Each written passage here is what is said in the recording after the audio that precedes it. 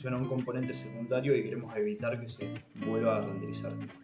Ahora, para utilizarlo es muy simple, obviamente lo tenemos que importar. Bueno, bienvenido a un nuevo video donde te voy a mostrar 10 trucos o técnicas que te van a ayudar a mejorar muchísimo el rendimiento de tu aplicación y te la van a optimizar.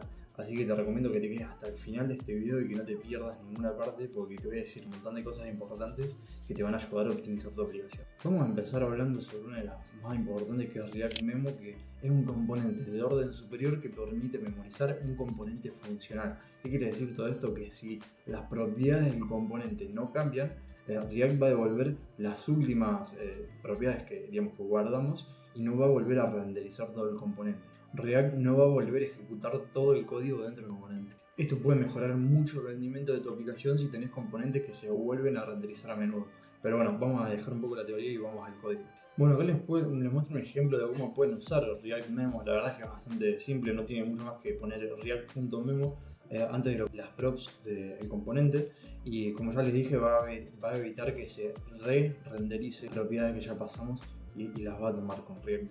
Ahora vamos con el hook de useMemo, que es muy parecido. O sea, useMemo lo que nos va a permitir es memorizar el resultado de una función costosa, es decir, evitar que se tenga que volver a ejecutar una función cuando ya fue ejecutada. Por ejemplo, no sé, la podemos usar para calcular una cuenta y que entonces memorice el resultado de esa cuenta, y después cuando se vuelva a renderizar el componente no tenemos que volver a ejecutar toda la función porque no tendría ningún tipo de sentido, ya lo hicimos antes. Pero bueno, vamos a verlo ahora en el código.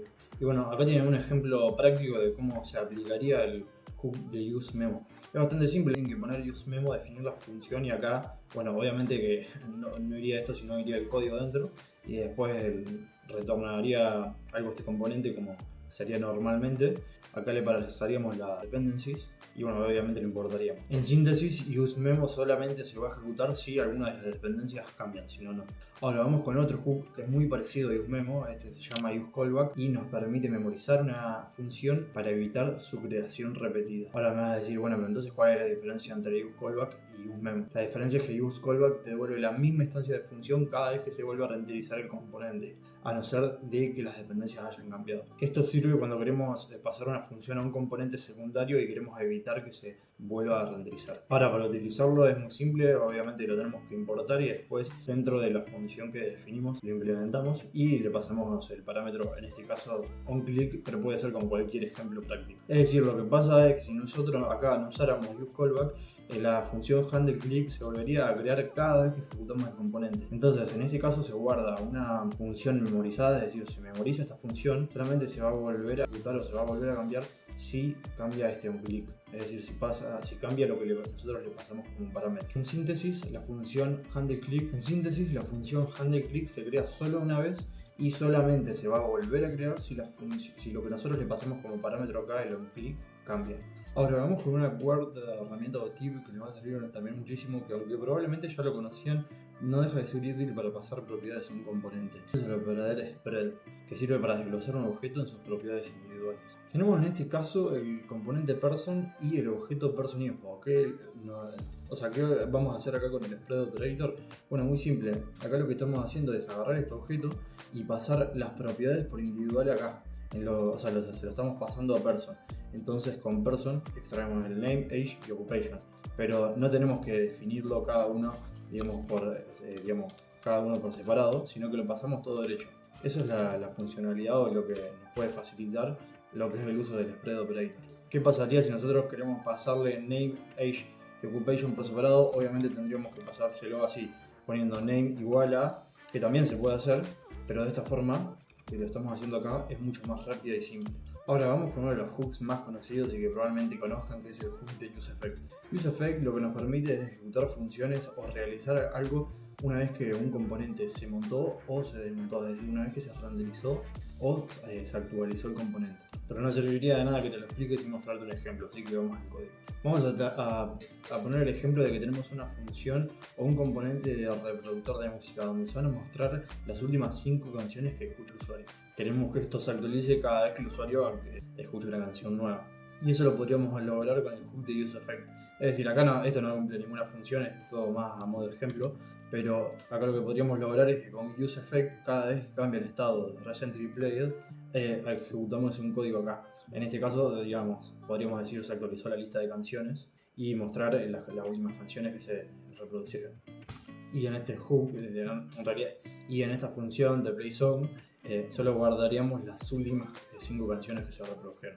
Ahora vamos con una herramienta o algo fundamental en React, que es el operador ternario. Esto nos va a permitir ejecutar una función o ejecutar código en base a si se cumple o no una condición. Supongamos que tenemos una aplicación sobre el clima y queremos que el fondo de esa aplicación cambie según la temperatura que hace, o si hace frío o si hace calor. Ahora vamos a ver un ejemplo muy simple donde lo hagan. En este caso no tiene demasiada complejidad lo que estamos haciendo, simplemente lo que estamos haciendo es cambiar la clase acá de este div de acuerdo, si la temperatura es mayor o igual a 25, entonces se va a poner la clase de calor, y si no se va a poner la de frío.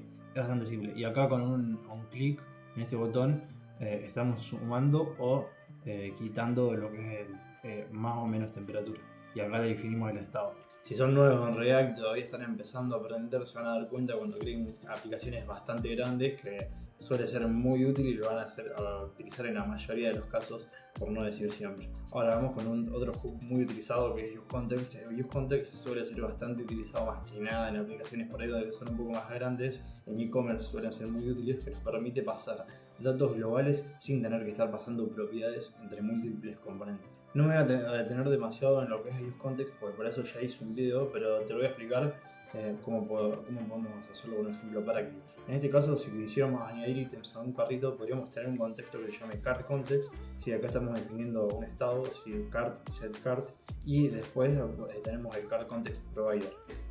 Además tenemos una función que vamos a poder utilizar que se llama add_to_cart, y le vamos a pasar el value que es el cart y add_to_cart. Entonces, pasándole como parámetros también children, cuando ejecutemos en otro componente vamos a poder añadir ítems al carrito. Ahora te lo voy a mostrar. Recordando siempre que para poder usar el context hay que encerrar la aplicación con el provider. Entonces voy a hacer eso mismo y voy a importar el cart provider, y ahora lo voy a ejecutar en algún componente. Acá encerré app directamente con provider, ¿sí? Y voy a seleccionar cart provider. Suponiendo que ya renderizamos el componente en App.js, el componente que sería cart, ahora vamos a ver lo que pasaría acá.